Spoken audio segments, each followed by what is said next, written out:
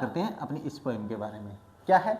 How to tell wild animals, यानी जंगली जानवरों को कैसे बताएं, यानी किसी जंगली जानवर का वर्णन करना हो तो कैसे करें भाई अपने पास। जैसे आपके सामने कोई शेर आ गया है तो शेर का कोई वर्णन करना बताए आप लोगों को कि शेर के बारे में बताएंगे कैसे सर, ये पूछे आप लोगों को तो कैसे करना है। तो देखो इसमें अपन बात करेंगे अपने सारे जो जानवर है उनमें लगभग सारे जानवर आ जाएंगे, जंगली जानवर कैसे बताना है वो भी बात करेंगे। लेकिन अपने पास से पहले अपने कवि के बारे में पढ़ना जरूरी है। जरूरी है कि नहीं जरूरी? अबाउट द पोइट के बारे में जानना जरूरी है, हमेशा बताता हूँ मैं। क्या है? कैरोलिन वेल्स अपने पोइट हैं। 1862 to 1942 was a prolific American author and poet known for her humor, children's literature and mystery novels। बात करें इसके बारे में तो कैरोलिन वेल्स की बात करें तो क्या है, इनका जीवन काल तो ये रहा है।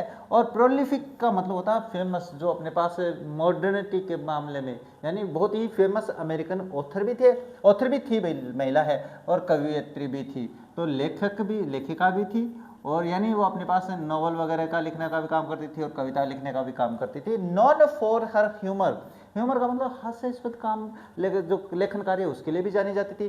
चिल्ड्रेंस लिटरेचर, चिल्ड्रेंस लिटरेचर का मतलब होता है बच्चों के लिए साहित्य भी लिखा है इन्होंने।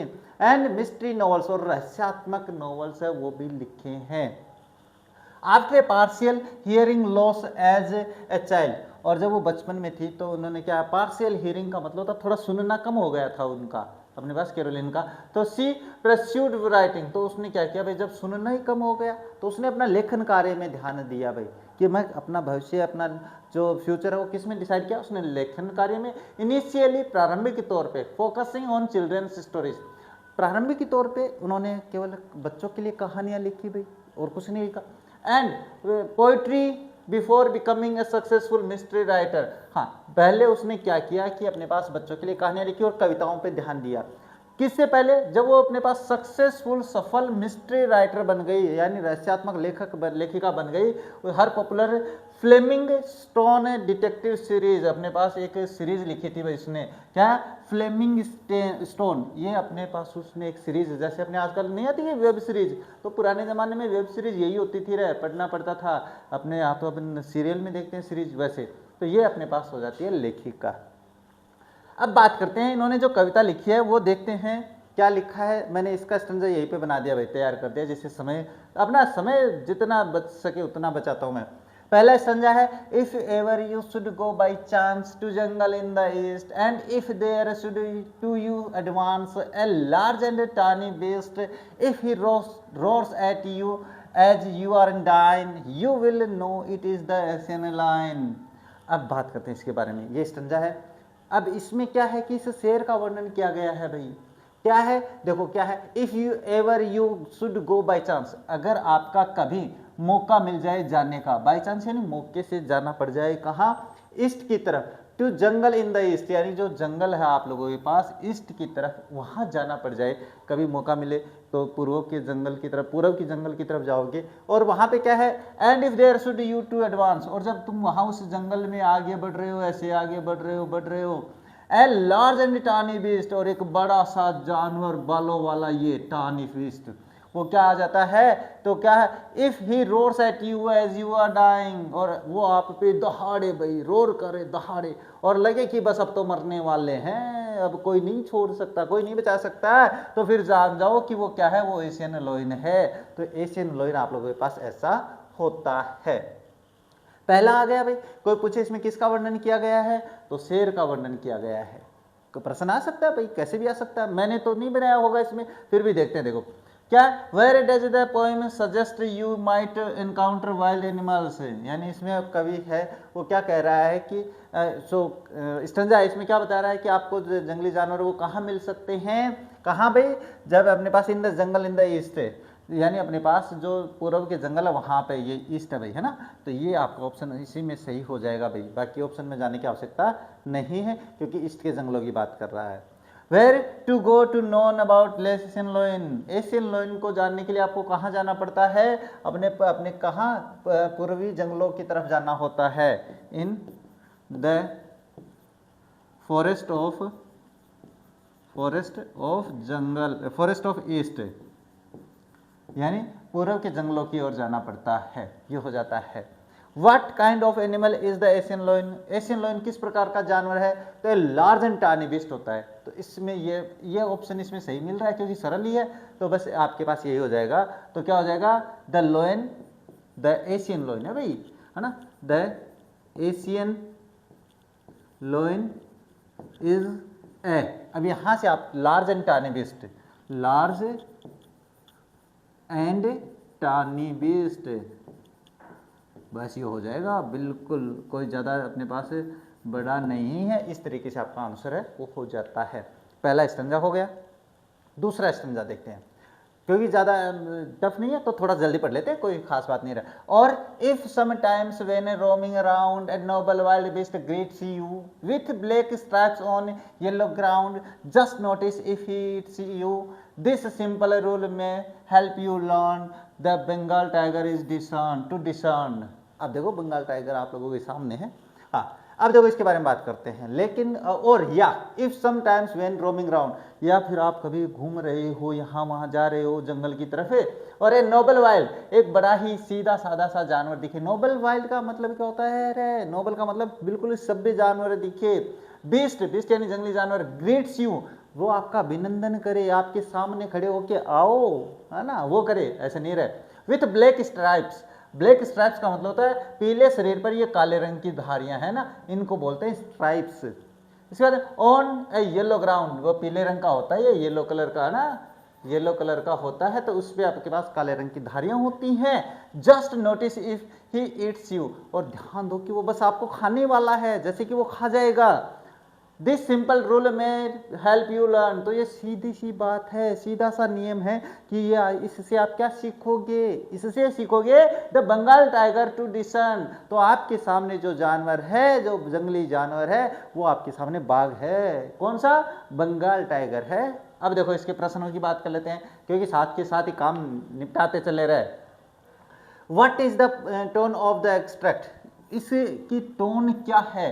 टोन का मतलब इसके में अंदर क्या मैसेज मिलता है, क्या आवाज है? देखो, serious and scary, humorous and playful, mysterious and suspenseful, sad and emotional. बिल्कुल ह्यूमरस है भाई, ये तो हास्यास्पद तरीके से तो बताया हुआ है, ये टोन है जो, यानी इसका जो कहने का तरीका हास्यास्पद तरीका ही तो है कि कोई बाघ है वो आपका अभिनंदन करेगा, फिर क्या आ जाओ बस, और आपको लगे बस खा जाएगा, तो फिर आपको क्या जानोगे कि ये तो बंगाल टाइगर है। हाँ, तो मजाक के रूप में और बिल्कुल नाटक के रूप में कही गई है।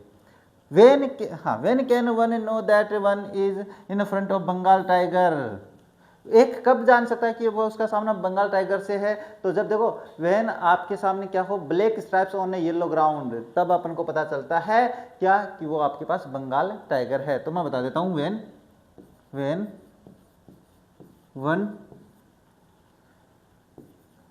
Comes to a wild animal with black stripes on yellow ground,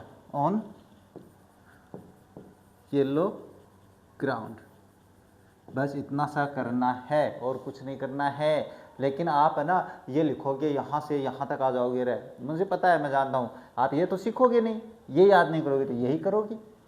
अब है what does the poet describes about the appearance of Bengal tiger, कवि क्या व्याख्यान करता है भाई? तो कवि यही व्याख्यान करता है, the poet describes that a, क्या है Bengal tiger? A Bengal tiger has yellow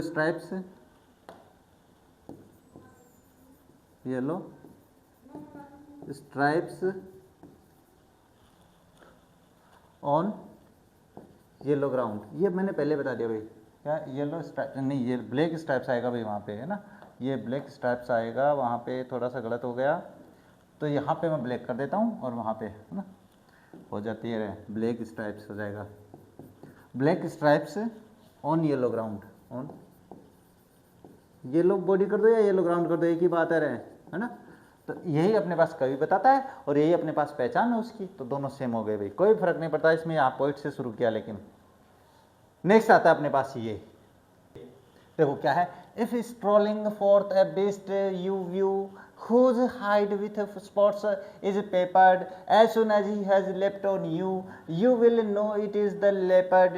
Will do no good to roar with pain, he will only leap and leap again. यह हो जाता है आप लोगों के पास। कहने का मतलब है जब आप आगे और बढ़ते हो, और क्या होता है, इफ स्ट्रोलिंग फोर्थ, और इसके आगे स्ट्रोलिंग करता हूँ मतलब जा रहा है, आ रहा है, जहाँ जाते हुए दिखाई दे, ए बिस्ट यू व्यू, और स्ट्रोलिंग करते हुए आपके सामने एक दृश्य मिलता है, एक दृश्य दिखाई देता है, एक जंगली बिस्ट यानी जंगली जानवर दिखता है, whose hide with spots on peppered, और कहने का मतलब जो अपने आप को इन चकतों के नीचे ये जो छुपा हुआ ये होते हैं पेपर्ड, यानी ये जो है ना ये ब्लैक ब्लैक ये होते हैं चकते, तो ये पेपर्ड होता है, इनके पीछे वो अपने आप को रखे हुए, यानी वो बिल्कुल उसके खाल पे लगा हुआ भाई। As soon as he has left on you, और जैसे ही वो आप पे छलांग लगाए उछले, हाँ, you will know it is the leopard, तो फिर आपको पता चलेगा अरे ये तो लेपर्ड आ गया, तेंदुआ है ये तो।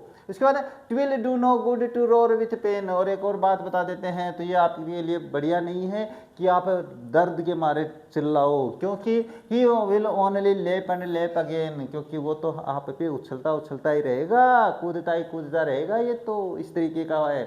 अब बात करें what is the rhyming scheme of the stanza, stanza की राइमिंग स्कीम देख लो भाई, क्या है, व्यू पेपर्ड यू, तो ये तो इससे मिल रहा है, ये इससे मिल रहा है, और ये इससे मिल रहा है, तो इसका मतलब क्या होगा, ये ए, ये बी, ये ए और ये बी, लेकिन ये ना इससे मिल रहा है ना इससे मिल रहा है, तो इसको अपन सी और सी कर देंगे।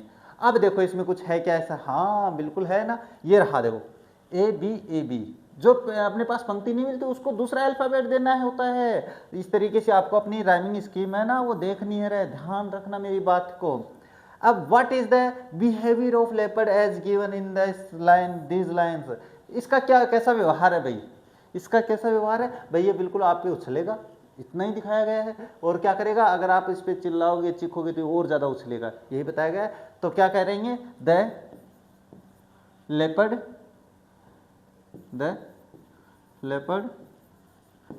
लेप एंड लेप अगेन, यानी कहने का ये बारंबार आप पे उछलता है, बस ऐसा ही व्यवहार बताया गया है इसका, तो मैंने बता दिया। How is the leopards appearance described in the line, this line, कैसा चित्रण किया गया है भाई, चकतों वाला किया गया है, तो क्या है, हुज हाइड क्या है, विथ स्पोर्ट्स इज पेपर्ड, ये आपके पास क्या है इस तरीके से बताया गया है। तो type A leopard has spots on his skin in papered, peppered का मतलब क्या होता है, छितरा हुआ, जैसे बिखरा हुआ ऐसे होता है, तो बिल्कुल यही अपने पास बताया गया है। इसका दृश्य ऐसे बताया गया, उसके अपने पास खाल पे इसकी स्किन पे क्या चकते होते हैं जो कि बिखरे होते हैं, जैसे बिखरा हुआ इससे लग रहा है ना, बिल्कुल वैसे ही। अब बात करते हैं, देखो नेक्स्ट है, if you are walking around your yard you meet a creature there who hugs you very hard, be sure it is a bear, if you have any doubts I guess he will give you just one more curse। कहने का मतलब है ये भी scheme अपनी rhyming scheme वही है जो पीछे वाली है, ध्यान से सुनना। तो अब इसमें बात करें, अब आगे बात करें, अगर आप वॉकिंग करते हुए आगे जा रहे हो भाई, जाते जाते क्या हुआ, आंगन में जा रहे हो, आंगन में मतलब जंगल में, और you meet a creature there, और आपको वहाँ पे एक प्राणी मिलता है, और प्राणी कैसा हो, हु हग्स वेरी टाइट, जो कि आपको बड़ा ही टाइट से गले लगा लेता है, हग्स का मतलब गले लगा लेना, वेरी हार्ड, बहुत ही ज़्यादा कसकर। Be sure it is a bear, तो फिर समझ जाओ ये क्या है, ये आपके पास भालू है ना। If you have any doubts I guess, अगर आपको फिर भी कोई संदेह है तो मैं अनुमान लगाता हूँ, कवियत्री कहती है मैं अनुमान लगाती हूँ रे, हाँ, he will give you just one more cares, तो फिर वो आपको एक खरोंच और निशान दे देगा, यानी भालू है वो आपको ऐसे खरोंच के निशान कर देता है रे। अब प्रश्न पढ़ते हैं, देखो क्या है, which animal is describe in this extract, कौन से जानवर का वर्णन किया गया भाई, ये तो अब आप लोगों के सामने चित्र है इसलिए, वहाँ पे चित्र थोड़ी आएगा, वहाँ पे तो यही आएगा, तो इसमें आपके पास बियर भालू के बारे में वर्णन किया गया है। What does the poet tell about a bear who haunts his prey, यानी भालू है वो के बारे में कवियत्री क्या कहती है कि अपने पास जो वो अपने शिकार करता है तो वो उसको very very hug very tight कर लेता है। तो क्या हो जाएगा, he hugs the prey very very hard, prey very very hard, वो अपने शिकार को बहुत ही टाइट कसकर पकड़ लेता है। Find from this lines the physical appearance of a bear, इस लाइन में अपने पास कहाँ पर बताया गया है उसका अपीयरेंस, फिजिकल अपीयरेंस, तो क्या हो जाएगा यहाँ पे ये वाला है ये। इसमें अपन दो जानवरों की बात करेंगे, एक इसकी और एक इसकी। एक ये आंसू दिखा रहा है, ये मुंह से लात टपका रहा है, हंस रहा है, इन दोनों के बारे में बात करेंगे। क्या है, दो to distinguish beast of prey in novice might non plus एग crocodile you always may tell from the हाइनाथस, hyenas comes with merry smiles but if they weep they are crocodiles. अच्छा है, बढ़िया है। देखो बात करते हैं क्या है, दो यद्यपि टू डिस्टिंग्विश बेस्ट्स ऑफ प्रे, यानी पहचान करनी है आप लोगों को जंगली जानवरों की जो शिकारी होते हैं। ए नोवाइस माइट नॉन प्लस, यानी नोवाइस का मतलब होता है नौसिखिया, नॉन प्लस का मतलब होता है जो कम अपने पास, मतलब होता है संकोची, यानी नौसिखिया जो संकोच करता है, डरता है कि करूं कि नहीं करूं, वो होता है संकोच। ए क्रोकोडाइल्स यू ऑलवेज में, आप हमेशा ये सोच सकते हो भाई हाँ एक क्रोकोडाइल हो सकता है, क्रोकोडाइल यानी मगरमच्छ हो सकता है। टेल फ्रॉम द हाइनाथस, और हाइना को भी आप इसी प्रकार से समझ सकते हो। हाइना कौन होता है, ये होता है भाई जो अपने पास जंगल में झुंड में रहते हैं, वो हाइनाज होते हैं। Hyenas comes with merry smiles, और जो हाइना होते हैं वो हंसते हुए आते हैं आप लोगों के पास, बिल्कुल हंसते हुए, भागते हुए, दौड़ते हुए, उछलते कूदते। But if they weep they are crocodiles, लेकिन अगर वो रोते हैं, अगर वो आंसू दिखा रहे हैं तो वो क्रोकोडाइल हैं। कहते हैं ना मगरमच्छ का आंसू मत बहा रहे मेरे सामने, तो वो यही है मगरमच्छ के आंसू बहाने वाला, ध्यान रखना। अब बात करते हो what does the extract help to distinguish, यानी किस में अंतर करने की बात कर रहा है भाई, तो different types of the birds, पक्षियों के बारे में नहीं कर रहा है, वाइल्ड एंड डोमेस्टिक एनिमल्स के बारे में नहीं कर रहा है, बीस्ट्स ऑफ प्रे इनके बारे में कर रहा है, जंगली जानवरों में जो शिकार करते हैं ये बारे, इसके बारे में लिखा हुआ भी था। दो to distinguish beast of prey ये हो जाता है। What may confuse and novice with regard to wild animals, क्या है भाई, क्या कंफ्यूज कर सकता है, in novice might non plus the crocodiles you always may tell from the हाइनाथस, hyenas comes with merry smiles but if the weep they are crocodiles. इसमें क्या कह रहा है कि क्या कंफ्यूज हो सकता है भाई नोवाइस के बारे में, नौसिखिया के बारे में, जो नौसिखिया होता है उसके बारे में, कि वो कंफ्यूज हो सकता है, संकोच खा सकता है। ही हाँ, ए नोवाइस कैन नॉन प्लस, क्या हो सकता है, वो नौसिखिया है, संकोची हो सकता है, अबाउट द एनिमल्स, ये आपका आंसर होता है इसका। अब आप पता नहीं क्या क्या करोगे रहे। How does the poet distinguish a hyena from a crocodile in this lines, यानी अपने पास से हाइनास को कैसे पहचान करेगा, तो हाइना है वो किसके साथ आते हैं, स्माइल के साथ आते हैं, है ना, लेकिन वो रोते हैं तो क्या है, क्रोकोडाइल है। तो hyena comes with merry smiles, तो इसमें अपने पास क्या हो जाएगा, the poet distinguish a hyena from his smile, है ना, ये थोड़ा सा ध्यान में रखना, बस इतना ही करना आप लोगों को, यानी उसकी स्माइल से अंतर कर लेगा कवि, ये कवियत्री है, मैं कभी कभी बोलता हूँ, वैसे कवि भी बोला जाता है, ध्यान में रखना। बात करते देखो नेक्स्ट आता है, अब इसके बारे में थोड़ी सी बात कर लेते हैं। क्या है, that true chameleon is a small a lizard sort of a thing, it hasn't any ears at all and not a single wing, if there is nothing on a tree this the chameleon you see, कहने का मतलब है अब गिरगिट के बारे में बात करेंगे, तो सिंपल सा है भाई, कोई ज़्यादा टफ नहीं है। क्या है कि जो सच्चा चिमेलियन होता है, गिरगिट होता है, वो स्मॉल होता है, छोटा सा होता है, और एक तरीके की छिपकली, लिजार्ड यानी छिपकली जैसी दिखता है वो, ये बता रहा है। ही हैजंट एनी ईयर्स, इसके कोई कान भी नहीं होते हैं। He and not a single wing, और उसके कोई एक पंख भी नहीं होता है, ना तो कान होते हैं ना पंख होते हैं। Is there is nothing on the tree, और जब आपको लगे पेड़ पे कुछ नहीं बैठा है, यदि आपको लगे पेड़ पे कुछ नहीं है तो दिस, ये दिस का मतलब दिस ही है, द स्टिमुलियन यू सी, तो फिर आपको वहाँ पे एक गिरगिट दिखाई देता है, क्योंकि गिरगिट हम जानते हैं जहाँ पर बैठता है वैसा ही रंग कर लेता है अपने आप का, होता है कि नहीं होता, तो बस वही है। अब ये क्वेश्चन से इसके क्या है, what does the poet compare the chameleon to, किससे तुलना करिए इसकी, अभी बताया कैसे जानवर है, एक छोटी सी छिपकली के जैसा दिखता है, तो ए लिजार्ड, एक छिपकली जैसा दिखने वाला जानवर। Read this lines and tell about the physical appearance of a chameleon, chameleon का अपने पास क्या बताना है, फिजिकल अपीयरेंस बताना है, तो अपने पास है वो एक लिजार्ड टाइप होता है भाई, शॉर्टिंग होता है, तो क्या होता है, it is a small animal like lizard which has not, जिसके पास नहीं है क्या, has not ear and wing, ये आपका आंसर हो जाएगा। इस तरीके से वर्णन करना होता है आप लोगों को, लेकिन आप तो पता नहीं क्या क्या करते हो रहे। What characteristics of the chameleon are mentioned in these lines, क्या विशेषता बताई गई है भाई, ये विशेषता बताई गई है यहाँ पे, जब आप पेड़ पे कुछ नहीं दिखते तो वहाँ पे एक चैमेलियन होता है, कैसे, these lines the poet describes a chameleon as a animal who can change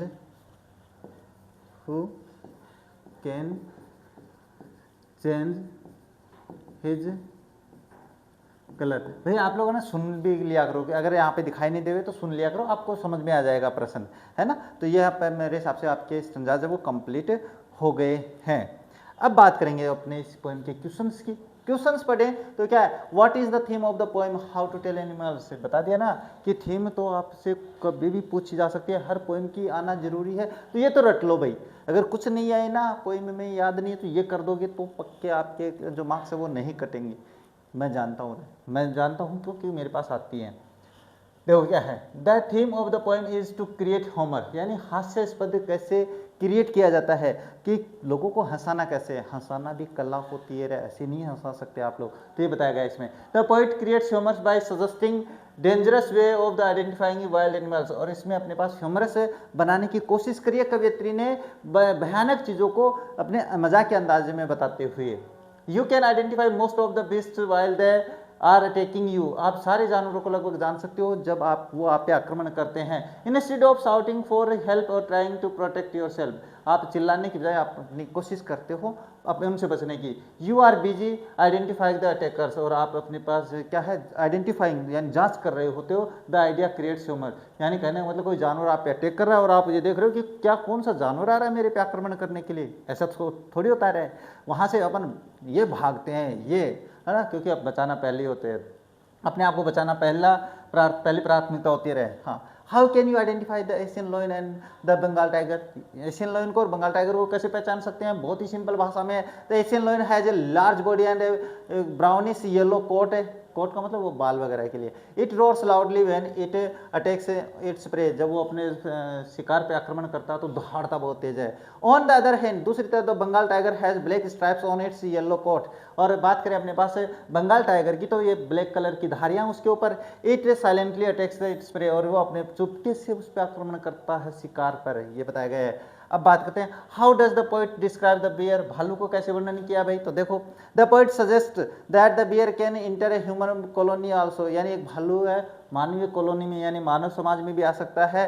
that is why you can encounter bear even you are your yard, इसका मतलब है कि आप अपने घर में हो तो भी भालू को देख सकते हो। रहे as soon as the bear comes near a human being, जब एक वो भालू व्यक्ति के पास आता है, ही इम्ब्रेसेस हिम, वो उसको गले लगा लेता है।